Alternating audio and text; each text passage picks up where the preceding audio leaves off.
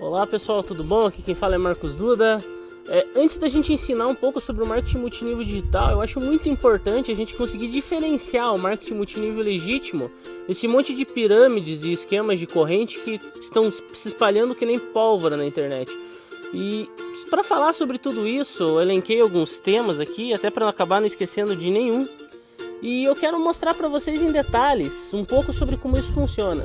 Eu recomendo que depois você leia o post que está no meu blog, marcosduda.com.br, que com certeza escrito você vai entender melhor e vai ser algo mais não tão resumido como no caso desse vídeo aqui. Mas vamos lá, alguns anos atrás era um pouco mais fácil a gente distinguir uma pirâmide do multinível, porque uma pirâmide financeira antigamente não tinha CNPJ, as pirâmides antigamente quem estava em cima sempre ganhava mais do que quem entrava depois dentro desse sistema. Tinha várias diferenças, o negócio não tinha produto, o negócio era só dinheiro envolvido, não pagava imposto. Só que hoje isso está mudando bastante, porque hoje as pirâmides, na verdade qualquer empresa, qualquer pessoa abre um CNPJ no Brasil, isso não vai dizer que uma empresa é séria. O fato dela pagar impostos, o fato de ela simplesmente ter um CNPJ não diz que ela é legal. Se fosse assim, os bicheiros seriam legalizados. Só que o que eles fazem? Eles criam empresas de fachada para tentar lavar o dinheiro que eles estão ganhando com esses sistemas. Só que o que complica, pessoal, principalmente no caso do Brasil, para vocês entenderem, os esquemas de pirâmide, os Ponzi, eles são muito, mas muito mais antigos que o multinível.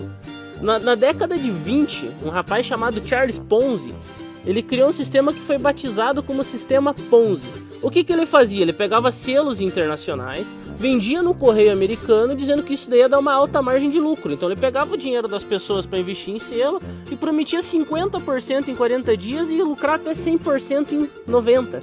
Então isso daí começou a chamar pessoas. Ele mesmo admitiu que em 1908, quando ele foi preso, ele já tinha feito um esquema parecido, só que ele levou alguns anos para ser preso, para ele ser pego. Por quê? Quando começou as investigações, que ele estava com muito dinheiro em caixa, as pessoas que ficaram com medo começaram a pedir de volta esse investimento que eles tinham feito dentro do seu esquema. O que ele fez? Foi lá e devolveu o dinheiro do pessoal. Isso fez as pessoas confiarem que era um negócio sério e botar ainda mais dinheiro. Alguma coisa que está acontecendo muito hoje ainda. Então o que acontece? A primeira explosão do marketing multinível só veio acontecer em 1940. Foi a década de 40 que o multinível começou a proliferar.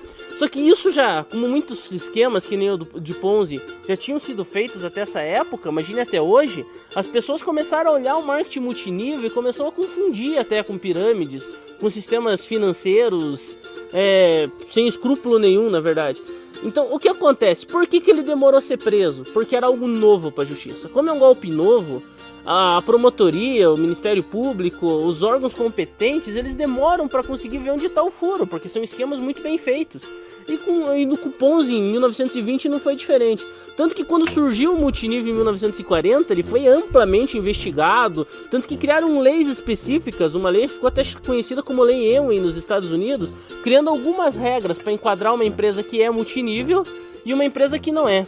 Então se a gente for pegar um resumo, até vou abrir aqui para mostrar para vocês vão olhar melhor no texto, mas o que ele fez? Fez um negócio prometendo lucros de 50% em 45 dias, usou o produto de fachada, que eram os selos, pagava todos em dia com o dinheiro dos novos que entravam no esquema, ou seja, os selos não davam o lucro que eles falavam, que acontece com várias empresas hoje, o lucro não está no produto e sim de pessoas novas entrando. Ele foi investigado, como eu falei, no meio de toda essa investigação ele pagou todo mundo, que fez entrar mais gente ainda. E quando a primeira empresa caiu, o que ele fez? Tentou abrir outras. E abriu outras várias antes de ser preso ainda.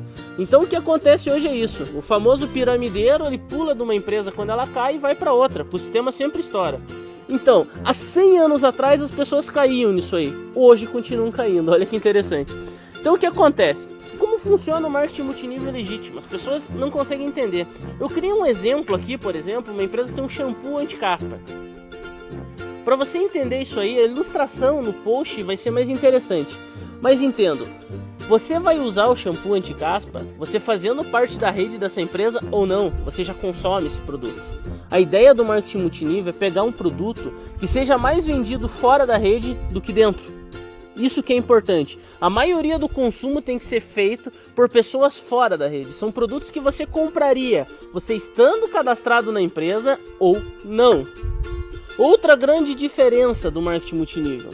Geralmente as empresas investem muito em marketing, mas o que você confia mais? No que seus amigos indicam ou no que você vê na TV e na internet? Se você precisa de um médico, um cardiologista, por exemplo, você vai procurar na lista telefônica o número de um cardiologista ou vai tentar consultar amigos qual que é o melhor médico para te atender nessa área? Então olhem a diferença, você vai em cima de indicações. Quantas vezes você já foi no cinema ou assistiu um filme que você gostou e recomendou para os seus amigos? Esses seus amigos foram assistir o filme por tua causa. Às vezes você lota um cinema através das suas indicações, sem ganhar nada por isso. Algumas empresas começaram a olhar esse mercado que realmente a indicação das pessoas vale muito mais do que uma simples propaganda tradicional. Então o que as empresas enxergaram? Se elas já indicam as coisas sem receber nada, imagina se a gente começar a pagar por essas indicações. Que pessoas influentes, que têm um meio social poderoso, com certeza se indicarem um produto, muitas pessoas vão se envolver com ele. Por exemplo, a empresa Jequiti de vendas diretas. Com certeza o que fez a explosão dessa empresa, ela está valendo hoje praticamente R$1 bilhão, foi o quê? Simplesmente o Silvio Santos indicar, uma pessoa que tinha credibilidade. Então, nesse conceito surgiu o multinível. O multinível nos paga uma fração do que ele fatura. Se, por exemplo, eu indiquei para várias pessoas, a empresa vendeu R$100, a empresa vai pegar R$20, R$30, que é o que ela gastaria em propaganda e vai pagar em rede. Isso daí no post tem um exemplo especificado, eu não vou passar no vídeo que vai ficar confuso, mas se vocês forem olhar o exemplo, eu vou explicar exatamente o que acontece.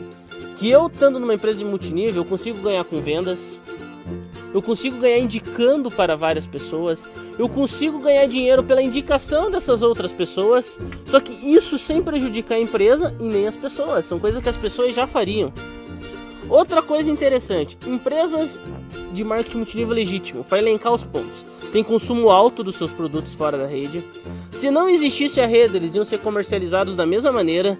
Como a empresa paga sobre a venda de produtos, se não entrar mais ninguém na empresa de multinível, ela vai continuar pagando normalmente, porque ela paga sobre consumo de produtos.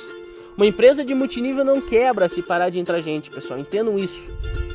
Outra coisa, se a empresa hoje não vender mais nada, logicamente a empresa vai fechar, porque toda empresa precisa vender, só que ela não fica devendo nada para ninguém. Diferente de algumas empresas que se hoje não entrar mais ninguém, ela não vender mais nada, ela tem contratos que ela vai ficar pelo menos 1 ano devendo para as pessoas. E as pessoas falam, mas de onde você tirou isso, Marcos? Pesquise na internet, existe uma empresa chamada Zeke Rewards. Essa empresa fez uma explosão no mundo inteiro, ela faturou mais de $1,5 bilhão. Os órgãos americanos começaram a prestar atenção nessa empresa, e a SEC, que é o órgão que regula, o equivalente à CVM aqui no Brasil, uma Comissão de Valores Imobiliários, ela interviu e fechou essa empresa, porque ela viu que a bomba explodir. Antes que todo mundo fosse prejudicado, a SEC entrou lá e parou o esquema de pirâmide. O que a Zeke fazia? Ela vendia bids de sites de leilão, para você comprar produtos e dar lances, e falava que ela te pagava pelos anúncios que se fazia da própria Zeke. Ou seja, se fazia um anúncio por dia, você ia receber por isso. Só que olha que interessante, a empresa paga muito mais por esse anúncio do que qualquer anunciante ia ter coragem de pagar. Você ganhava, na verdade, as vendas eram ínfimas. Você ganhava de pessoas novas entrando. Para o negócio se sustentar, ia ter que ter mais pessoas entrando e colocando dinheiro. E principalmente não utilizando o produto. Sendo que acho que 90% da rede não dava lance em lugar nenhum.